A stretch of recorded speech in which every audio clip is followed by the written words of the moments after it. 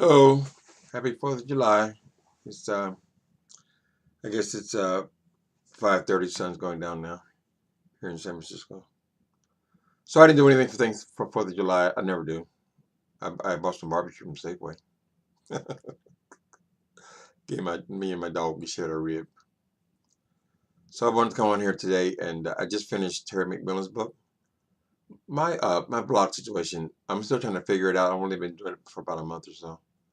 So sometimes I'm going to review books. Sometimes a movie or something I saw, something whatever's going on right now. I'm trying to find my way.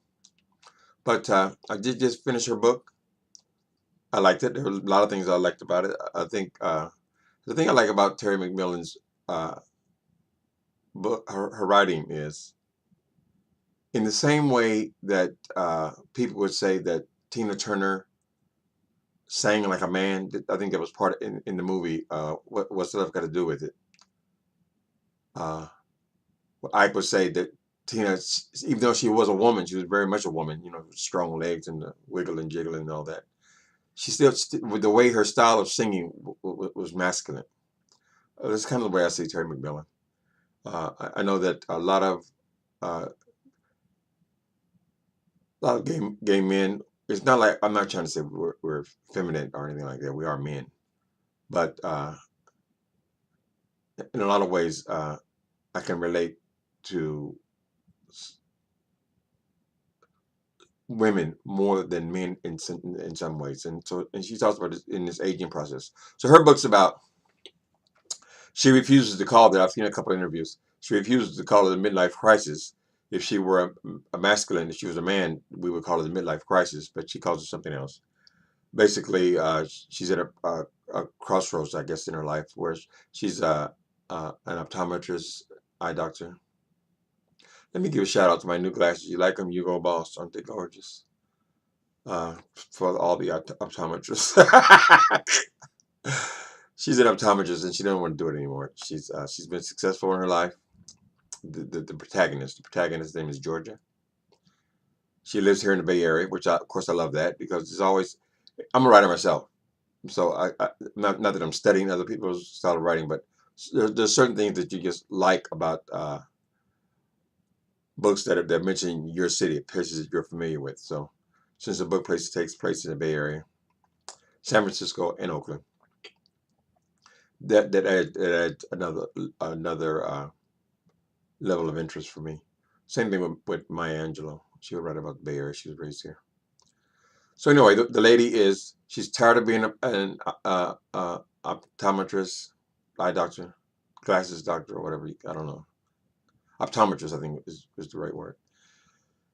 And so she's thinking about doing something else. She's thinking about considering selling her house. Here in the Bay Area, sell your house. It's a big thing. You become a millionaire all of a sudden. But she doesn't really know what she wants to do next with her life. I don't think money is an issue one way or the other. She's she has money. She's made money, but she wants to sell her house and also to change her city and sell her practice. So I don't know. I don't know why Terry McMillan doesn't call it a midlife crisis, but it sounds like she wants to shake things up quite a bit. While she's in that headspace, someone dies. One of the men in her past dies, and I guess it puts her in the frame of mind to wonder what's going on with the rest of the men that she loved in her life, loved or had relationships with in her life.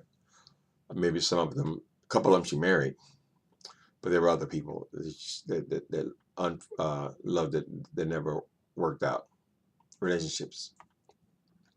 So she goes on this quest. She makes it modern by using Facebook. She finds these good people on Facebook. I shouldn't tell the whole story. I mean, I know you. I don't want to discourage people from reading because they already heard my big mouth telling you the whole story. But finds people on Facebook and goes and see what they're up to, what's going on with the people. So makes it interesting. Uh, this looks a lot about aging. Uh, I think she writes about what's going on with her. Uh, so it's about getting older, about aging, deciding what you want to do with the rest of your life. It's about. I think it ends with love and travel. uh,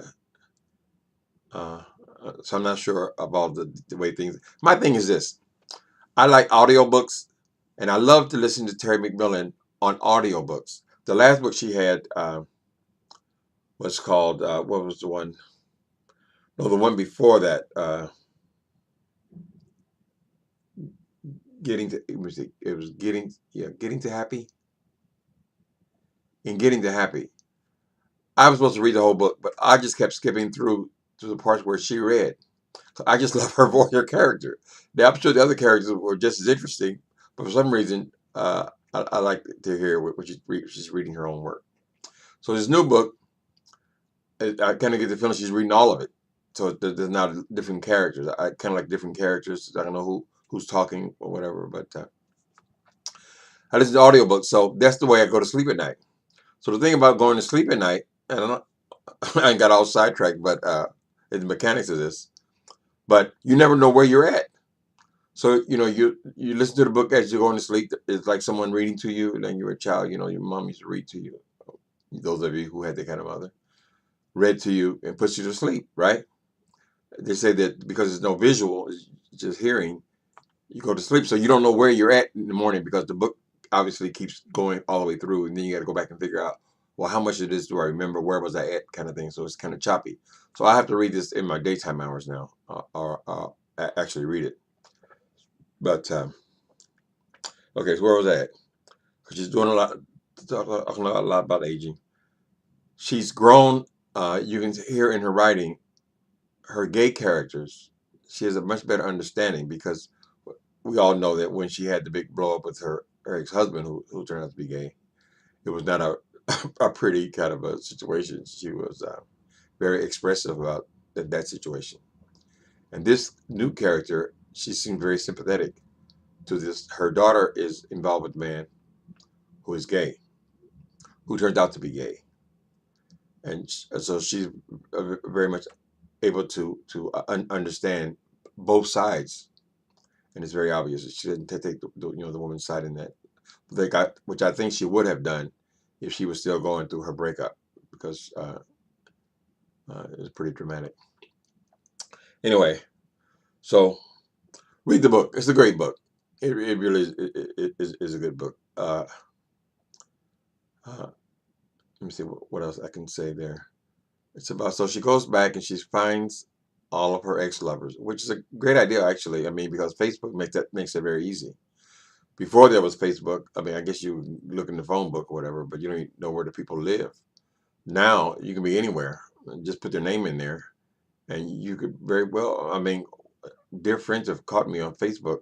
I hadn't seen in years. All I do is put my name in there, and so we're able to do that. So it might be an idea for some people to go look up some people, because uh, a lot of times we get to be older, and then those relationships we didn't realize how important they were at the time. But maybe that was the only relationships we would ever have. I know that was my case. It would be wonderful. Unfortunately, my lover died. I don't know if the first one died or not, but there's only been two, and so I can't go back and talk to them. It would be great to just to sit down with a person who I really loved, and it would probably be like you pick up where you left off, because even as we had broken up for several years, as soon as we were together, it was like I knew the young him.